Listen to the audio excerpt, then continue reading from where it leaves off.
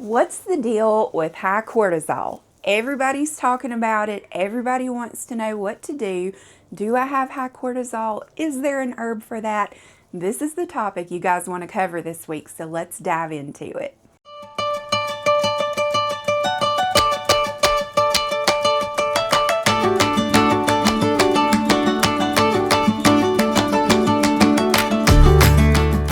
Hello and welcome to my happy place. It is officially seed starting season here on the farm.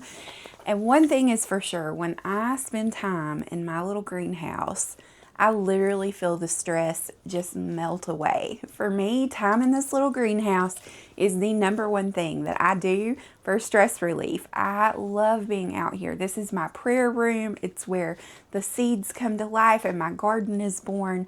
So many miracles happen in this little room. And today we're going to talk about stress, the thing that I come out here to get rid of, because so many of us are living with chronic stress. So last week I asked you guys, what topic do you want to cover? What is bothering you? What are you dealing with? And hundreds of you emailed me and said high cortisol, stress, nervous system dysfunction. This is where you guys want to camp out. So let's talk about it. So your nervous system is God's design to keep you safe. Okay, your body knows two states. It knows safety and it knows survival. And your nervous system is in charge of telling your body which state to be in. So when you are in safety, that means you can rest, you can digest your food, you can heal when you're sick. Your immune system can do its job so you're not constantly catching things. But when you are chronically stressed and your adrenals become fatigued, your cortisol will get high. Cortisol is a stress hormone, and all that means is you are overstressed and now your body is in survival mode. So what does that look like? Well, it looks like being in fight or flight. And let me tell you about a time when this really happened to me. So about 10 years ago, before we moved to our sweet little farm, I was working as a counselor at a rehab for women. It was a wonderful ministry that had a safe house where women could come and live for a year to recover from any kind of life-controlling issue. There were women there that were dealing with homelessness, women there that were struggling with addiction, women who had been victims of trafficking or domestic violence. And the common thread was every woman that lived in this house had been through really intense trauma. Now, I loved my job there. Like, honestly, it was one of the most fulfilling things I've ever done. I worked there for several years, but about 2 years into working there, my body sort of started kind of melting down. I don't really know a better way to put it than that. I mean, I just melted down. It started out, I had Lyme at this time, you got to remember, but I was undiagnosed. We did not know what it was. So I thought at the time I had lupus, rheumatoid arthritis, and just a really bad immune system. And so at that point in time, I was sick often. But after working in this rehab for a couple of years, something changed and I was sick always. It was, instead of having, 3 weeks of the month I'm okay and then 1 week of the month I'm sick, it swapped. And I was sick more than I was well. And then I started having the shingles. And I've told you guys about this before. I started getting shingles, not just once, but it would come back. And this particular nerve line just stayed flared up with shingles all the time. We couldn't get rid of it. I was in bad shape. Now, I would go to the doctor and we would do labs, and guess what? Everything's perfect. On the lab work, nothing looked wrong. But here I was constantly sick. I could not rest at night. And my mental health was tanking rapidly. That's a big part of nervous system dysfunction. So looking back at that time period, now that I have gone through some training in integrative health and herbalism school, looking back, what had happened is I had gotten stuck in fight or flight. My life was so chronically stressful in that season. I was working 12-hour shifts at the rehab house. On the days that I wasn't working at the rehab house, I was with my kids full time, or I was directing a homeschool co-op. Josh and I were working opposite hours so that one of us could homeschool the kids while the other was working, and we would flip-flop. We were both working multiple jobs, trying to make ends meet. And like, frankly, we were drowning. And I was sick all the time. He was stressed all the time. We just were not doing well. And there came a point in time where I just realized, like, something's got to give. I am burnt out. I am literally sick and tired of being sick and tired. And ultimately, I quit my job. And it was a hard decision because I loved my job. But I knew if I didn't stop and start taking care of myself, it was going to end up bad. I knew I couldn't put it off anymore. If you don't make time for your wellness, you will definitely make time for illness. That's just how it works. And so I committed, I'm going to make this a priority, and I quit my job. Now, when I did that, it put us in a bit of a financial bind, as you can imagine. And so I decided to try to garden to make up for the difference in our bills. I thought if I could grow enough food to offset our grocery costs, and if I could grow enough to sell a little bit extra, maybe I could make up my income from what I was making working at the rehab, because I wasn't getting a whole lot of money in that position. Like, I mean, it was not minimum wage, but close to it. And so pretty rapidly, I was successful in that.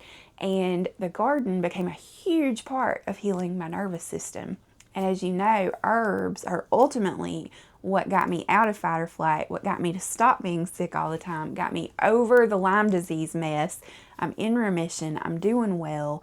And ultimately, it started in the garden. And I look back on that time period, and I felt like this is going to sound crazy, but I felt like in that job, I was so like important in that I had great purpose in what I was doing day to day. Like, we are literally rescuing women in crisis, you know.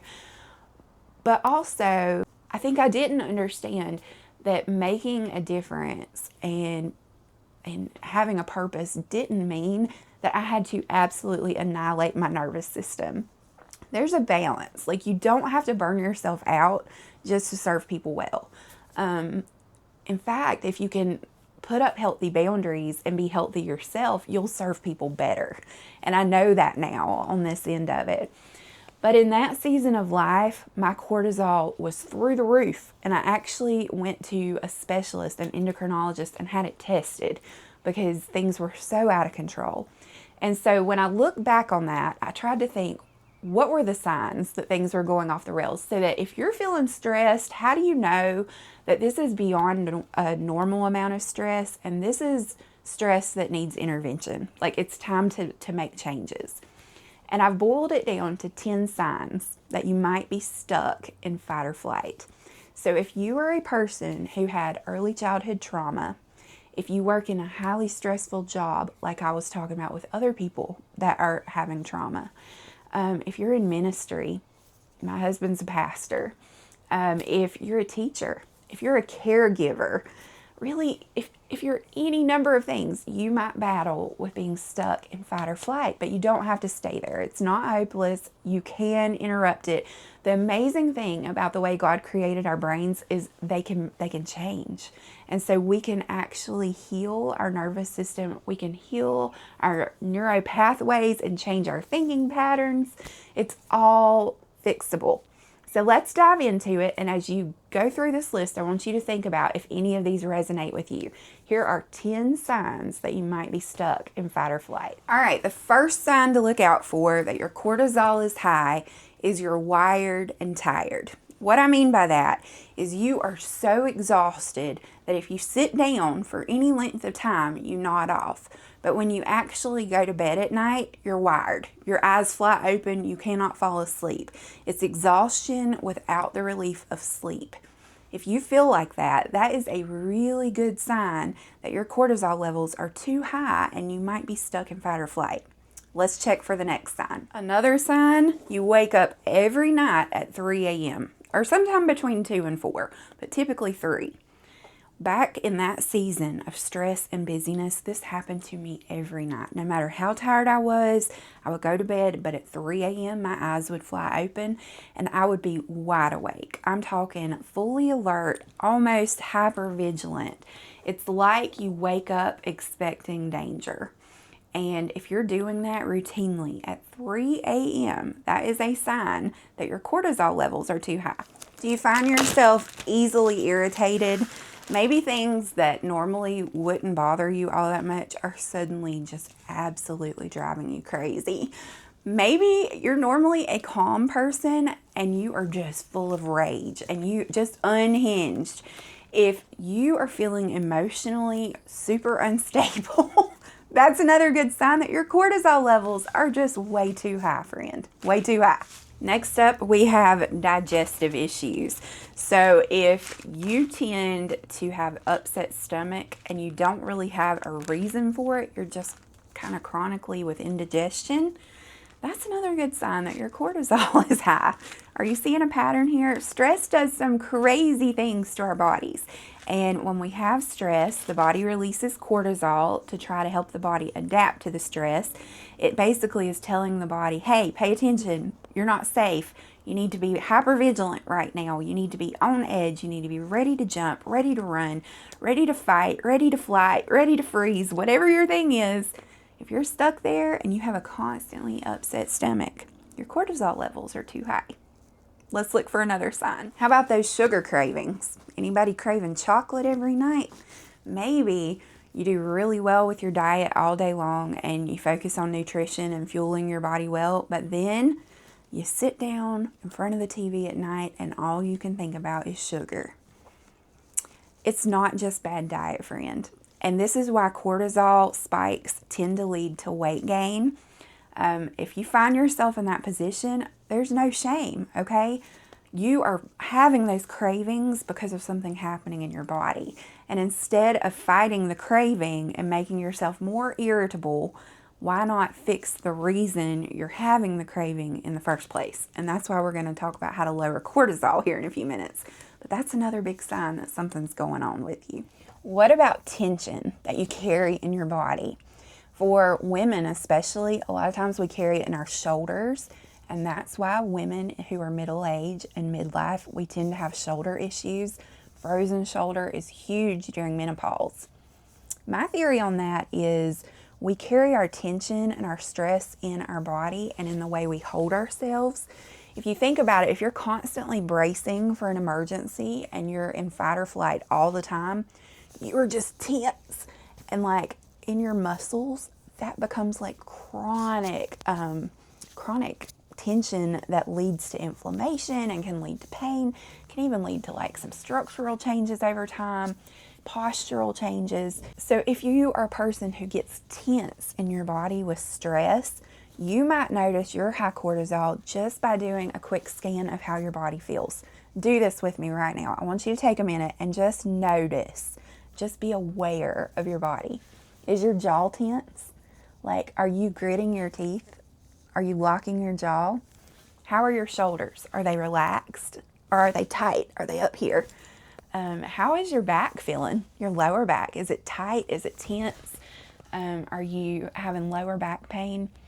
All of these things. Let's add tension headaches. You got tension headaches like up here in your temples, maybe some jaw pain in here, ear pain. All of these things can be from tension that you're carrying in your body because you're stuck in fight or flight and your cortisol is through the roof. And friend, it's no way to live. Over time, this causes so many problems for people. So before you get to that whole frozen shoulder era of life, let's figure out how to, handle your stress and get your cortisol levels down in a very safe and natural way. So this isn't an issue for you long term like it is for so many women. How about being overstimulated? Anybody relate to that? Maybe suddenly loud noises just grate on your nerves in a whole new way. Maybe you used to could handle loud music when you're riding in the car and now it just, you can't stand it. Maybe the sound of a TV in the background makes you want to scream. Whatever it is for you, that overstimulated feeling, is from your nervous system. And it's a sign that you are indeed stuck in fight or flight. How are your hormones? So if you struggle with constant hormone imbalance symptoms, things like hormone acne, hormonal weight gain, particularly in your belly, facial hair as a woman, or body hair in places that women don't normally have hair, that's a hormone issue. Anything hormonal, if it's a chronic thing and it's not a pop-up thing, if it's something that affects you constantly long term, for instance, PCOS is a very adrenal heavy disease for a lot of women. That means it's cortisol effective, okay? Your adrenal glands produce cortisol, and PCOS affects your adrenals. So if this is you and you have PCOS, me too, friend, me too, you're not alone. We got to be aware of our stress, because while someone with healthy hormones and a healthy adrenal system can handle stress, girls like us kind of start from a slight disadvantage because our hormones are just always a little bit wacky. PCOS is just going to throw you off a little bit. There is no solid cure for it, but it is so manageable. And goodness, y'all, my greenhouse here is the cure. I don't know that I've told this story on YouTube, but if you notice, my greenhouse has names written everywhere, and they kind of wear off over time, and then I repaint it, and then we start adding more names. But the names you see written in my greenhouse are families that are struggling with infertility. I started doing this like 4 years ago. And my prayer for this was that God would turn my pain over my own infertility into purpose by letting me pray for other women who couldn't get pregnant. And I've had a hysterectomy at this point, and our days of having babies are behind us. And God was so kind. He gave us 2 beautiful children, and we've had many, many kids come through our home as fosters and just bonus kids for a season. But there's always been that ache that has just never really left for me of wanting to have a big family. And this little greenhouse has been a place where I can pray for women who feel that, because I know how they feel. And here's the amazing part. There have been, I don't know, probably 300 or 400 names written in here at this point. And we have had 52 babies born, including 7 sets of twins. And there's an 8th set of twins on the way. Prayer works. Prayer works. Let me say that again for your nervous system if you're stuck in fight or flight. Prayer works. The walls are literally covered in names of women who were told, you have PCOS, you have endometriosis, you'll never be a mom. And they're moms now. So God is bigger. God is bigger than any diagnosis. And I'm going to insert this in our cortisol moment here, because when you're in that stressed out, maxed out, you got nothing left to give place, it feels like there's no escape. There's nothing that will fix this. God is there, and He is going to deliver you out of it. There are some steps you can take. Let's keep working through this. Perhaps the most annoying part of having high cortisol and being stuck in fight or flight is you get sick all the time. And I think it's because your body's immune system is just so preoccupied. It is so focused on dealing with the constant burnout happening in your body from your nervous system that it doesn't have time to come in and block bacteria and viruses and all the things. So we just get sick more often. Super frustrating, but it's not forever. In fact, you guys know this was my story. I was sick all the time. Not anymore. I don't get sick all that often anymore. And when I do get sick, I know what to do with herbs so I don't stay sick. Used to, if I got bronchitis, I would be like in the bed sick for at least 3 weeks. Now, 2 to 3 days, some good herbs, and I'm on the road. I'm ready to go. So don't feel hopeless. This part can get better, but it is a big sign that something deeper is going on if you're staying sick all the time. And then the final sign that you might be stuck in fight or flight is that you don't feel safe to slow down. What I mean by that is, even though you might want to slow down and rest, your body doesn't let you because it doesn't think it's safe for you to do that. So this might look like coming home from work completely exhausted. You sit down on the couch thinking you're going to rest and you can't because you're immediately met with a whole wall of anxiety. Instead of resting, you sit down and you think about, I need to get up and cook dinner. I need to get up and do a load of laundry. Did I make that phone call? What if what I said in that meeting today was taken wrong? Any number of things, okay? And your mind is so busy that your body cannot turn off and rest. So even when you're trying to rest, you're not accomplishing rest because your mind won't slow down. If you have felt like that, again, your cortisol might be high, friend, and you are probably stuck in fight or flight. You are in survival mode. So out of those 10 signs, tell me in the comments how many of them resonated with you. How many did you relate to? And if you did relate to a good many of them, or even all of them, let's talk about what you can do about it using herbs and natural remedies to get things back in balance. So my cortisol repair plan might kind of surprise you, because the very first thing I would tell you to do is to walk outside and lift your face to the sun and get some sunlight. Okay, vitamin D is huge. Being outside is huge. There is something, especially if you're on screens a lot for your job, or if you just tend to be a person who stays on your phone or the TV a lot, then that can really feed this high cortisol phenomenon.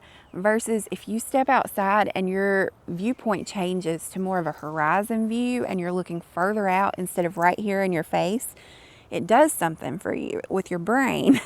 And I'm telling you, 10 minutes, get off the phone, get off the TV, get off the devices and go outside.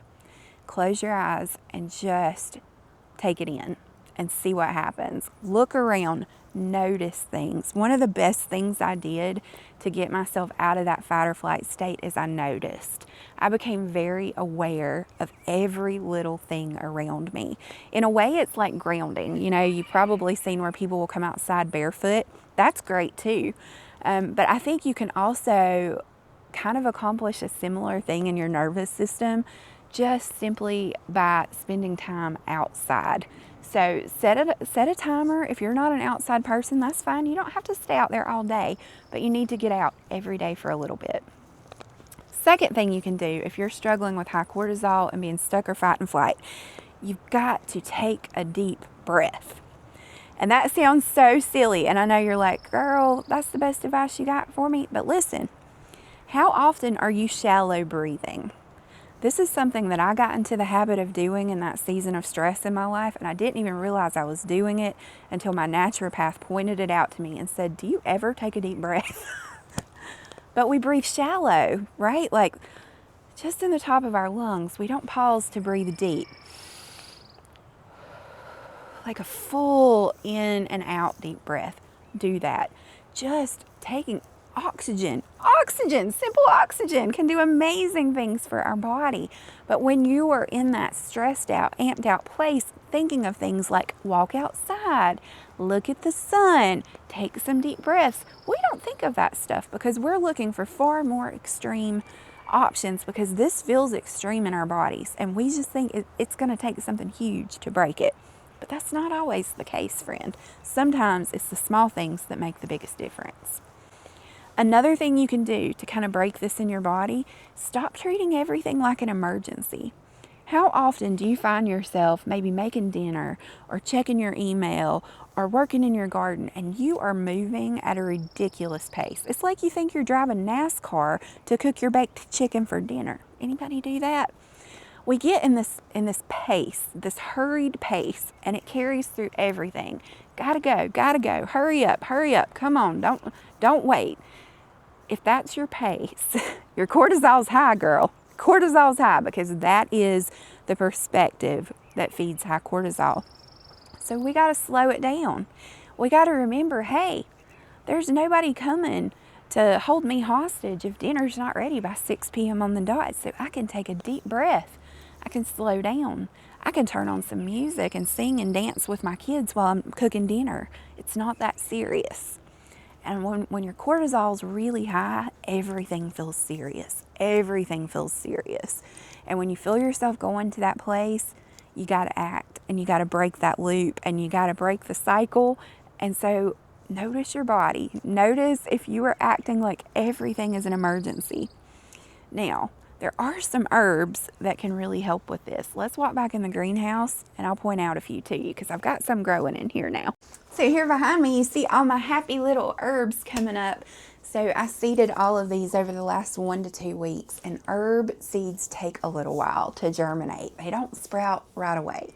So if you're growing herbs this year and you plant seeds and nothing comes up, don't panic. Some of these will take 3, 4, 5, even 6 weeks to sprout. That's okay.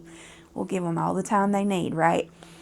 So which herbs do you want to grow or use to help with high cortisol? Well, there's a few that can be really, really helpful, but I'm going to tell you there is one combo that is basically what I turn to over and over and over again.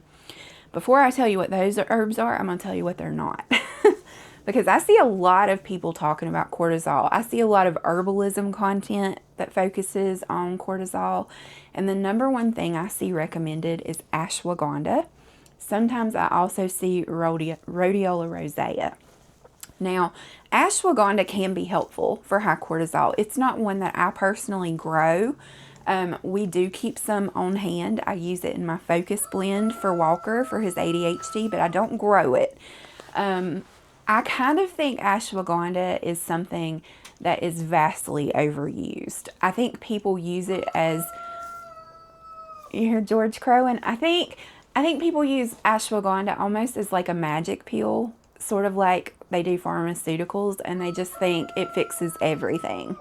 But in fact, ashwagandha is not a match for everybody. And in my experience, it doesn't work for more people than it does work for. And it tends to work better for men than women. Now, that's just my experience as an herbalist with the people I've used it for. But it is not the herb I go to first for high cortisol. The other one people often recommend is rhodiola rosea. I actually really dislike that one for high cortisol, and I do not recommend it. I think it can actually do more harm than good. Rhodiola rosea is a massive stimulant, and if your cortisol is high, a stimulant is the last thing you need. I know you feel like you need caffeine. When my cortisol was through the roof and I was in that season of stress, I was drinking so much coffee, energy drinks. I mean, a Diet Dr. Pepper, anything I could get with a caffeine hit, I needed it. And that makes everything worse. And rhodiola rosea, even though it's a plant, it is a stimulant plant. And so we don't want to stimulate, we want to calm. So what are we using? When it comes to high cortisol, there are 2 herbs that I would rely on, but one that's just the superstar. The number one herb that I lean on for high cortisol is tulsi, or holy basil. So tulsi is an adaptogen herb, and it is designed, God created tulsi to help our bodies adapt to stress. It doesn't remove our stress, but it helps our body learn to respond to stress without going to that place of high cortisol, fight or flight, stress in the body, indigestion, headache, tight jaw. Tulsi helps it roll off our back, okay? It just sort of takes the most type A internal dialogue and makes it a little more type B. It gives you some chill. Maybe that's a good way to put it. Tulsi brings some chill. So I think tulsi is a match for most people. If you are on blood thinners, you need to check with your doctor first. Tulsi can also mildly lower blood sugar. So if you're diabetic, be aware of that. However, I've had plenty of people use it that have blood sugar issues, and it actually helped them. So again, do your own research on that, but I always want to mention precautions. So tulsi is number one.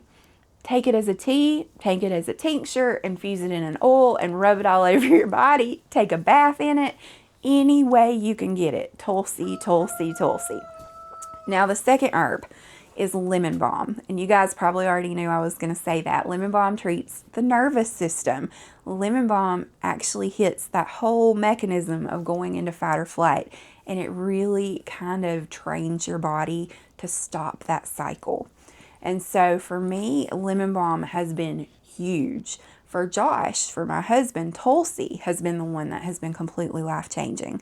But they both offer kind of similar benefits from a different perspective.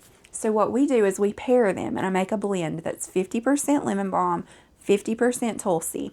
We call it Happy Josh in our house. We did a video about this, I think back at the end of last summer, where Josh kind of shared his story of how he had struggled with depression, and using that combo of Tulsi and lemon balm really has helped him. It's been life-changing, honestly.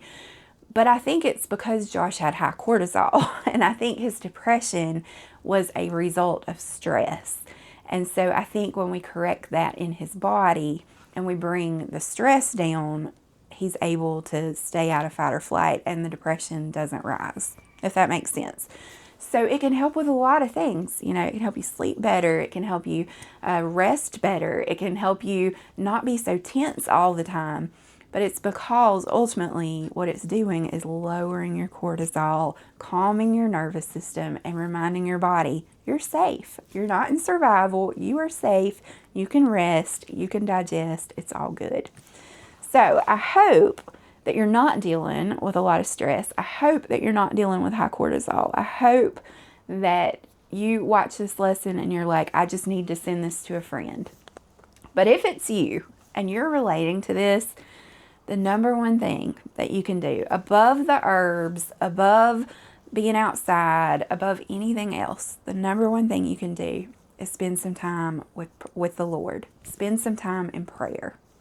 Prayer changes everything. And if you are chronically stressed, there are outside factors that you can't control that are influencing your health. And while you can't control those factors, God can. And He can help you understand and adapt to those factors. So take it to the Lord in prayer. He is a kind friend. And when I was walking through that season, He carried me through it. And I stand here today as a living testimony that He will walk you through it. My cortisol levels are not high anymore. I enjoy my lemon balm tea every morning and sometimes in the evening. And it keeps me in a good level place.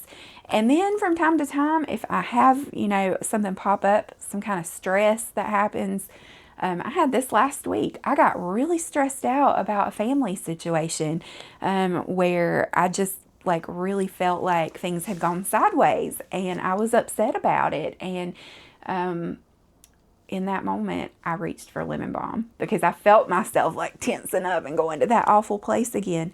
And instead of staying stuck there, I've learned to move through it and process what I'm feeling and deal with it and then move on. So my body doesn't stay in that terrible stirred up state forever.